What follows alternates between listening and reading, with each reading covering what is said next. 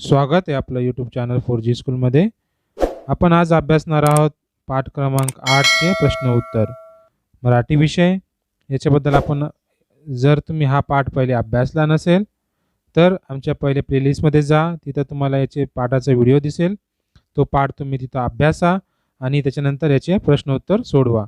अगर आपने ये पाठ नहीं पढ़ा होगा तो इसके प्रश्न उत्तर छुड़ाने के लिए आप पाठ जाके हमारे प्लेलिस्ट में से पढ़िए, फिर जाके क्वेश्चन आंसर छुड़ाइए ताकि आपको समझने में और क्वेश्चन हल करने में आसानी हो. आप देख सकते हो इसके स्वाध्याय नीचे दिए गए हैं, वो स्वाध्याय हमने आपको छुड़ा के बताने की कोशिश की है.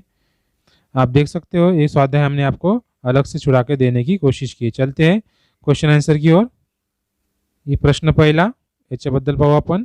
प्रश्न क्रमांक 1, पुढील प्रश्नांची उत्तरे सांगा किंवा लिहा. अ, मैदानावर किती मुले मुली खेळत होती? उत्तर, मैदानावर 3 मुले 2 मुली खेळत होते. मतलब ग्राउंड पे कितने बच्चे खेल रहे थे?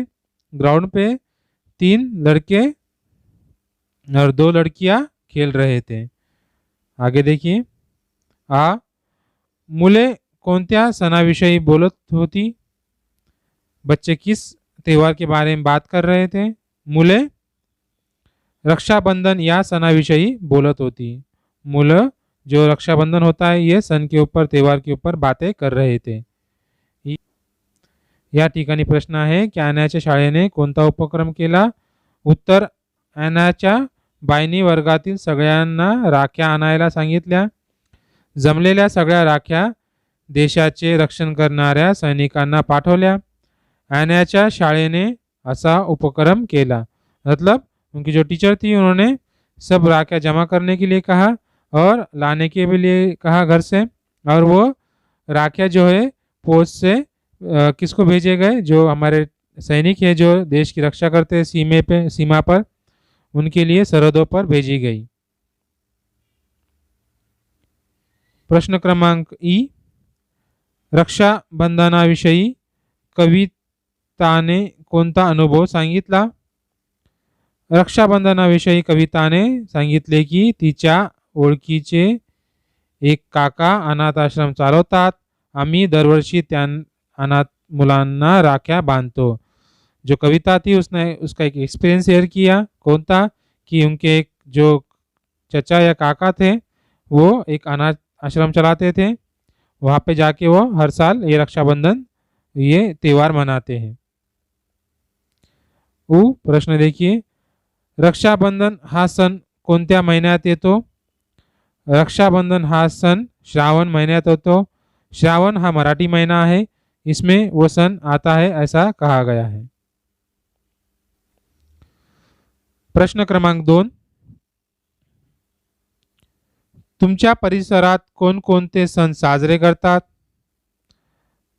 आपके जो परिसर है, आपका जो स्वभावताल का आपका जो एरिया है, वहाँ पे कौन कौन से उत्सव या सण मनाए जाते हैं वो बताइए. उसका उत्तर है, आमच्या परिसरात विविध सण साजरे केले जातात.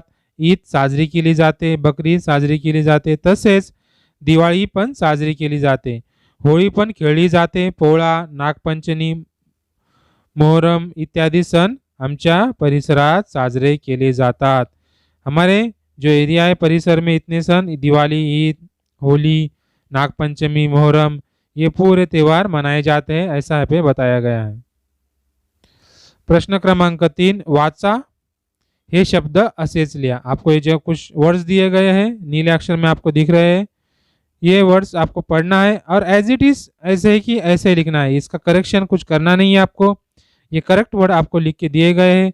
ये वर्ड सिर्फ आपको समझने के लिए है कि किस तरह से मराठी में शुद्ध लेखन या शुद्ध अक्षर लिखे जाते हैं. शब्द ये यहाँ पे बताया गया है. देखिए, मैदान को 2 मात्रे, द को एक काना और न है. मैदान छोटी वाली न है ये. अम्मी, यहाँ पे बच्चे गलती क्या करते हैं कि म अलग लिखते हैं, ह अलग लिखते हैं, फिर वो अम्मी पढ़ते हैं. ऐसा नहीं है, म जोड़ना है और लिखना है.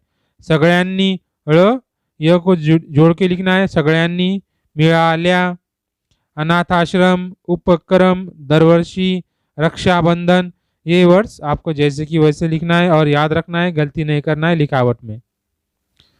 प्रश्न क्रमांक 4, वाचा ही वाक्य अशीच लिहा. आपको पढ़ना है और ये सेंटेंस फिर से वैसे ही लिखना है जैसे दिए गए। और देखिए, अम्मी पोस्टानच राख्या पाठवल्या। यहाँ पे उसका उत्तर, आम्ही पोस्टानच राख्या पाठवल्या। आ, सैनिक देशाचं रक्षण करतात। उत्तर आहे, सैनिक देशाचे रक्षण करतात। त्यांना कोणीही नातेवाईक नाही। उत्तर, त्यांना कोणीही नातेवाईक नाही। त्याभोवती रांगोळी काढली। उत्तर, त्याभोवती रांगोळी काढली।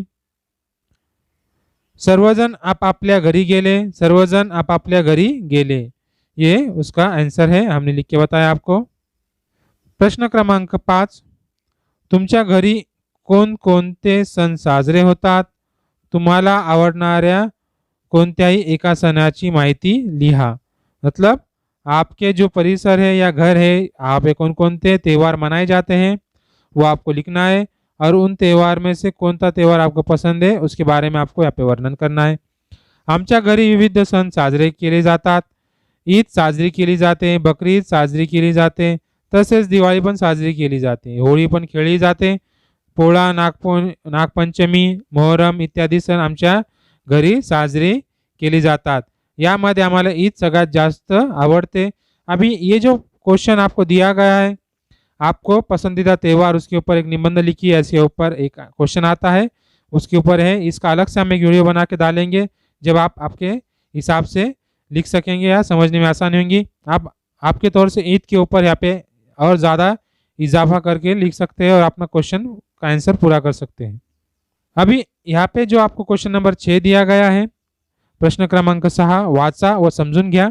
आपको सिर्फ पढ़ना है और समझ के लेना है।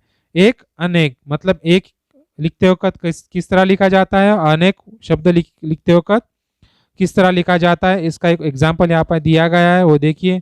राखी सिंगल है, अलग है, एक ही है, और राखियाँ बहुत सारे होते हैं, बहुत सारे जो एक से अलग ज़्यादा अगर होती है तो उनको इस तरह लिखा जाएगा। वही मतलब नोटबुक यहाँ पे एक ही है, और वह यहाँ पे ज़्यादा है, इसलिए ज़्यादा नोटबुक होने से यहाँ पे वया यहाँ पे ज़्यादा लिखे जाते हैं। रांगोली, रांगोलिया, सुट्टी, सुट्टिया, मतलब एक से अनेक जब लिखा जाता है तो उसमें लिखने में थोड़ा चेंजेस होते हैं। यहाँ पे समझ में आना चाहिए कि आप सिंगल के बारे में बात कर रहे हैं या एक से ज़्यादा के बारे में बात कर रहे हैं। ये वर्ड्स यहाँ पे आपको लिखने की बताए।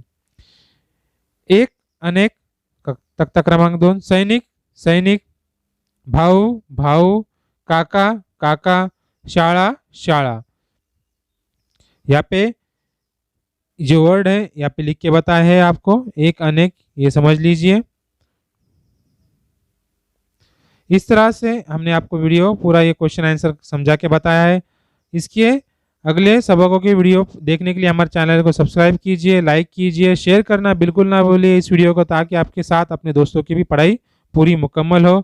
और बने रहिए हमारे इस चैनल पे, ताकि आपको आपकी सबक या पूरी पढ़ाई समझने में या करने में आसानी जाए।